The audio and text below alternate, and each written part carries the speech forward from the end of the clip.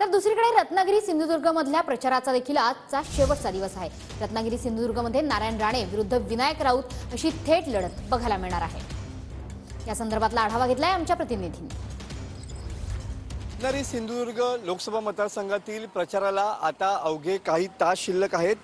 गेल्या 15 दिवसांपासून विविध पक्षांकडून या ठिकाणी लोकसभेसंदर्भातला प्रचार जो आहे तो सुरू झालेला पाहायला मिळत होता।